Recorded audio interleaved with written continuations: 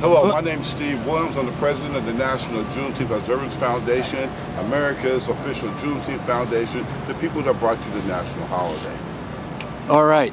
Now, Steve, we're here in front of the state capitol of California, and it's the capital's 175th birthday.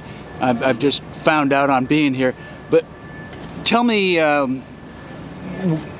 your reason, your being here today as part of National Juneteenth Observance Foundation. Yeah, well, listen, California Mission Day was an accelerator to the Civil War. California was a state that was admitted neither as a slave state nor a free state. There were 30 states at the time, right, usually just making the Senate balance. California was admitted, and as part of the compromise of 1850 was the creation of the Fugitive Slave Act. The Fugitive Slave Act allowed people, slave catchers, people who were trapped in enslaved people, to go to any state and retrieve them back. That was part of the compromise to admit California as a free state, right? So that free state did that, and because of the compromise in the Fugitive Slave Act, it actually enslaved a lot of people and made California open to take people out.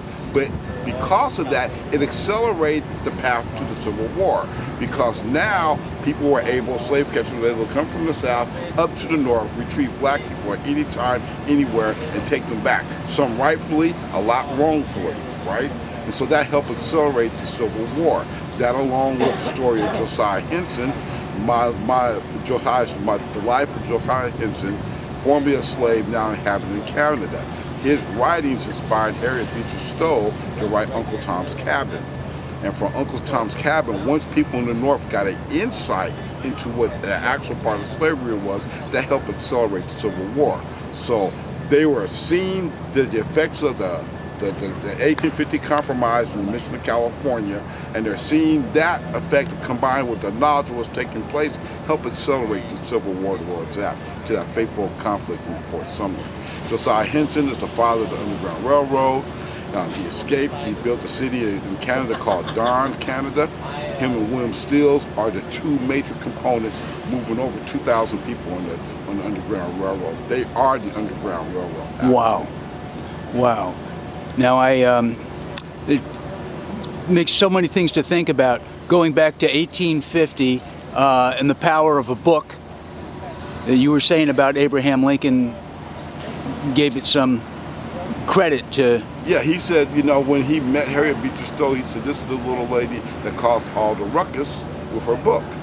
And most people did not believe Uncle Tom's Cabin. They thought it was a fabrication. So then she wrote the key to Uncle Tom's Cabin, which essentially excerpts from Josiah Henson's book. He narrated his tale to somebody that wrote everything down from the beginning of his life up until where he established the city of Dawn, Canada, which was the end of the Underground Railroad.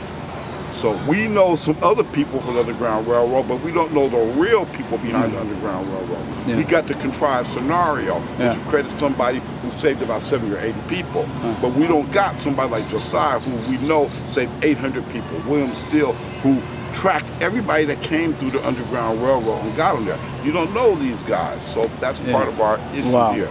So we're looking to tell our complete story, which is America's complete story, instead of the contrived scenarios which have been presented to us at all times. Yeah. Now, as you were mentioning too, how people had to get caught up with this reality that it was lagging in their brains to grasp. But people in the North, perhaps, was that what you were saying? Once the North started with their shipment of enslaved people to Virginia, it kind of left their mind, it left their consciousness of really what was going on. And quite frankly, slavery in the North was quite different from what was happening in the South. And so they weren't really aware of it, but it wasn't until this media, this literature, this book got in front of them. And then before that, they were even seeing, these slave catchers showing up to places in New York, in Connecticut, Massachusetts, just abruptly taking people. Sort of sounds like heist, don't it? That's what they were doing. That's sure. They were showing up like, hey, so that's unbelievable. And, they get away with it because they go, well, that's the law. That was the law until they rebelled. That's right. Once they rebelled, then General Butler down in Fort Sumter, when they came to retrieve those 3 black men that escaped, right? James Townsend, Shepard Mallory, and Frank Townsend. Oh, it's James Townsend, Shepard Mallory, and James Townsend, Shepard Mallory, and Frank Malloy. They escaped to Fort Monroe, Virginia, right? And then when the owner came to retrieve them, because of the law of the Fugitive Slave Act, Benjamin Butler says, "No, man, you rebelled against the Union. We don't owe you anything. You can't come get anybody. We confiscate them as property of war, right?" So that's what they had, contraband. Complicated. He confiscated them, so they sent the Southerners back. And that was the emphasis for the Emancipation Proclamation. See, it's a straight line. Those guys escaped. Butler says, we're confiscating you're constricting your people, your property, right? Your contraband of war. We're going to keep them. You can go back because you're no longer part of the Union. And so that came up to set the freedom forces of the camps.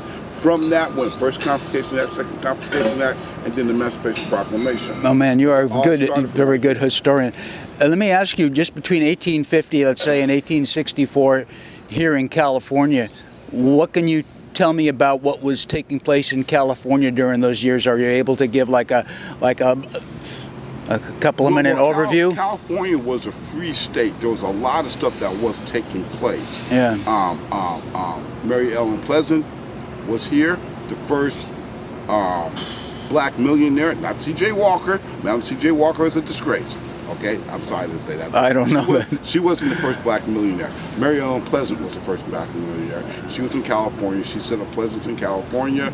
She brought in a lot of enslaved, a lot of people who wanted to be free and come live. She said that. I'd never heard that. Miss Biddy had just walked from Utah to Los Angeles, and she had set up her business, was the first person to have a parking lot and opened up a church in L.A. So there was a lot of stuff that was happening good, but at the same time, you had these people who were able to function under the Fugitive Slave Act to grab people and make money back in the plantations. So it was a tricky situation. Wow. And human nature is going to dictate humans do messed up stuff.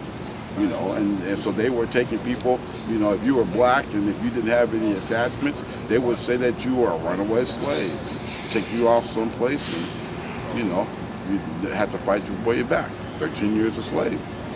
True story. Who? What? 13 years a slave. It was a movie. Oh, right. Right, yeah. True story.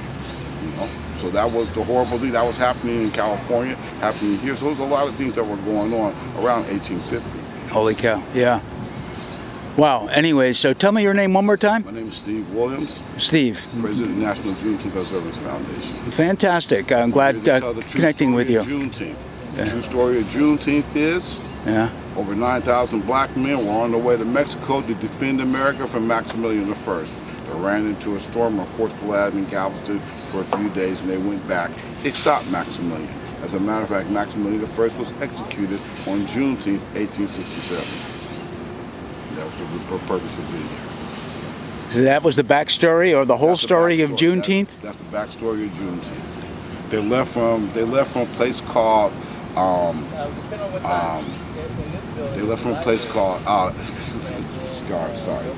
Hopewell, Virginia, City Point, present-day Hopewell. They left from City Point, Virginia on May 25th, and 9,000? Did you say? Over 9,000. Black soldiers. Over 9,000 United States colored troops. Okay. USCT. So the USCT were on their way. These are the same guys that captured General Lee at Appomattox, who he refused to surrender to. They were on their way to the Texas-Mexico border to stop Maximillian I. Maximillian was down there getting all he could to send back Napoleon. And they trapped him along with the Mexican army, and he was executed on June 19, 1867. 2 years after their Juneteenth on their way down there. 2 years after what? 2 years after the original Juneteenth, 1865.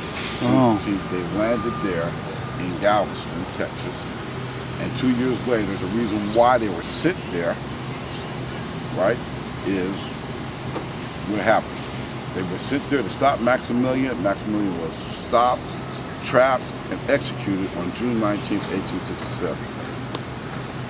But the Juneteenth wasn't it the knowledge of slavery ending, reaching They Texas? already knew they were. That's BS. Everybody in Galveston knew they were free.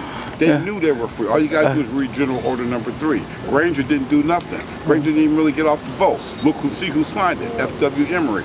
So what the media's told you is all wrong. But it's right in front of you. All you gotta do is read it. Look who signed General Order Number 3. It wasn't Granger. By order, if you know, it was signed by F.W. Emory. Well, you got more. Emory was already there in Texas. Granger was in Mobile, Alabama. He was there at the Battle of Mobile Bay.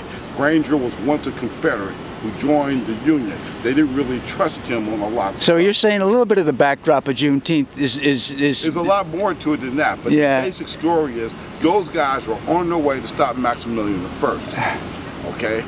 And the people who you see on the document, Granger was in the Battle of Mobile Bay. They picked him up in Mobile, Alabama. He got his orders in the port of New Orleans, and they were headed to the border of Texas and Mexico. Right when they ran into a storm, were forced to go back and land at Galveston, resupply the bivouac for a couple of days. And two fun facts about Juneteenth that most people don't know.